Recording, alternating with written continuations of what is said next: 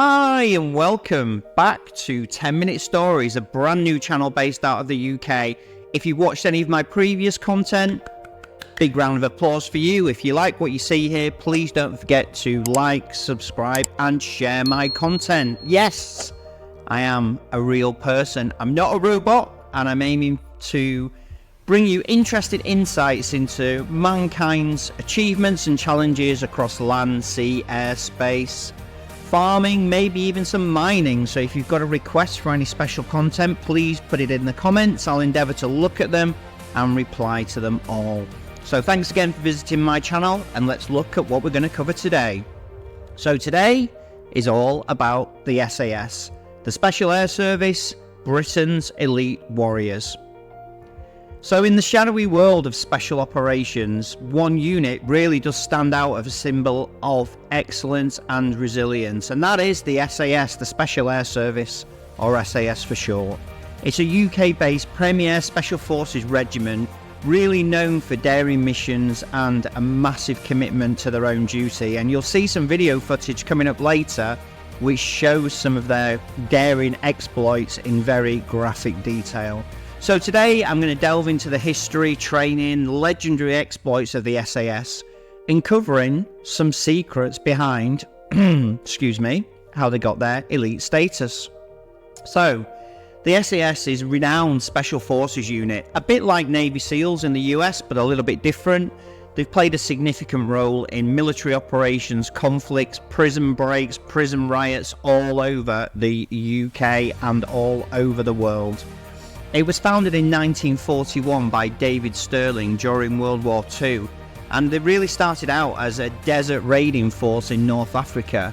Their whole methodology was about sabotage and reconnaissance, and their specialism was being dropped behind enemy lines, which, if you're a fan of these kind of content videos on YouTube, you'll know that being behind enemy lines and being anonymous, and probably the government would deny knowledge of you if you were captured, is probably a pretty scary thing to do.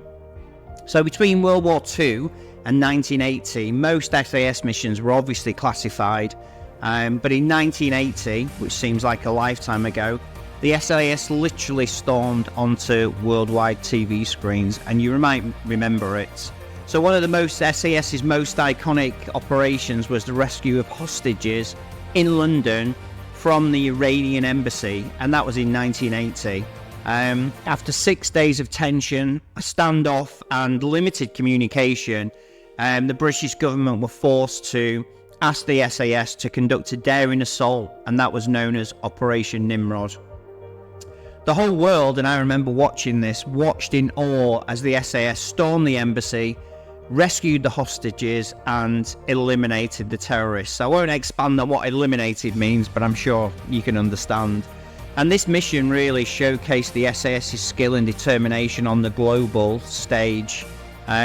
Incredible acts of bravery in the face of an incredible amount of danger, as you'll see. So in 1982, during the Falklands War, the SAS again came to the forefront of the media across the world, carrying out covert reconnaissance missions and providing intelligence for British forces operating in the Falkland Islands. In 1987, again, we're busted onto the worldwide screen. Peterhead Prison, a Scottish prison, was the subject of an SAS raid, again rescuing hostages from a prison where prisoners had effectively taken control of the jail. So a group of prisoners at this prison, Peterhead Prison in Scotland, including convicted murderers, armed robbers, other dangerous criminals, took a lot of prison staff hostage during a riot. And the prisoners were armed themselves with makeshift weapons and batons from the guards, and demanded better living conditions and the removal of the prison governor. The situation escalated, and it was over a number of weeks actually it became clear that a peaceful resolution was really unlikely. So the Scottish authorities requested assistance from the SAS, which of course are based in Hereford in England, but are deployed all over the world when they're needed. So it was actually the next month, October the 5th, 1987, when the SAS launched the raid on the prison. It involved a team of SAS soldiers storming the prison, clearly under the cover of nightfall, to rescue the hostages and bring an end to the hostage crisis. Whilst it wasn't peaceful, obviously, the SAS utilised safer technology than bullets, so flashbang grenades and stun grenades, to disorient and neutralise the prisoners with precision and speed, rather than just basically, removing them all. The SAS managed to free all of the hostages without any fatalities amongst the prison staff, which really showed the raid was a success, and it showcased the SAS's ability to handle very high-risk situations involving civilian hostages. The prisoner demands were clearly not met, and they were transferred to other prisons. So, counter-terrorism units like the SAS became more popular as a result of that definite success.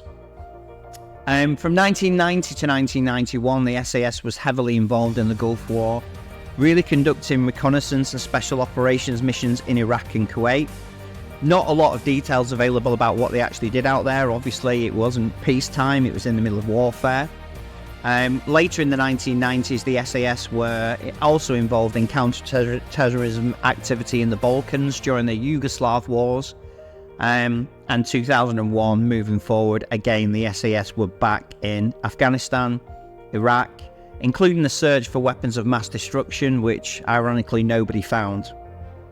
In terms of hostage operations, as we've already seen from the Iranian embassy and the Peterhead prison, the SAS are frequently called upon to conduct hostage negotiation and rescue missions if the negotiation fails. And although that many of the SAS missions and activities are clearly classified or undisclosed, as it's a very sensitive nature of their operations, we can cover today some of the more publicised events in the unit's history. Just as a side note, if you want to see what life in the SAS could be like, there is a programme that's available on the public internet called Celebrity SAS, Who Dares Wins, and it's a UK television station called Channel 4. You can stream them all via the internet, and yeah, it's not Girl Guides or Cub Scouts, guys. The people that attend this television show are really pushed to their limits, and it's a fascinating insight into how tough some of the activity is to get into the SAS, more of which later. It's certainly not a picnic. So to get into the real SAS, by the way, you must be an existing member of the UK Armed Forces. You can't just apply from the streets. And to join, the candidates basically have to go through a process known as selection, and it's one of the most grueling selection courses for any part of the armed services across the world, and it really pushes individuals to their physical and mental limits. Selection's not about being the strongest or the fastest, by the way. It's about determination, the ability to think under extreme stress, and only the best clearly make it through. SAS soldiers are experts in a wide range of skills. It's not just battlefield skills. They're experts in diving, parachuting, combat medicine, surgery, reconnaissance, counter-terrorism, avoiding interrogation deflection techniques. The training really is relentless, and it's continuous, and it prepares them for any situation and any location that they might encounter, from the frozen wastelands at the Arctic and Antarctica right through to deserts across the world and activity on land, air, water. So, SAS, a name synonymous with courage and capability, from humble beginnings in North Africa to present-day activity as a guardian of peace and security, often working with special forces from other nations overseas. But the SAS, I would say, continue to embody the spirit of the elite warrior. If you're not a fan of TV, but you are a fan of YouTube, clearly, there are many books that have been written by ex-SAS operatives, including Andy McNabb, which obviously is not his real name. Thanks again for joining us on this journey into the world of the SAS. I really appreciate you listening to my channel. Again, I know you hear it from every channel, but if you like, share and subscribe, that will really help me to produce content that's interesting for you. Thanks a lot, guys. Take care. More from me next week. Thank you.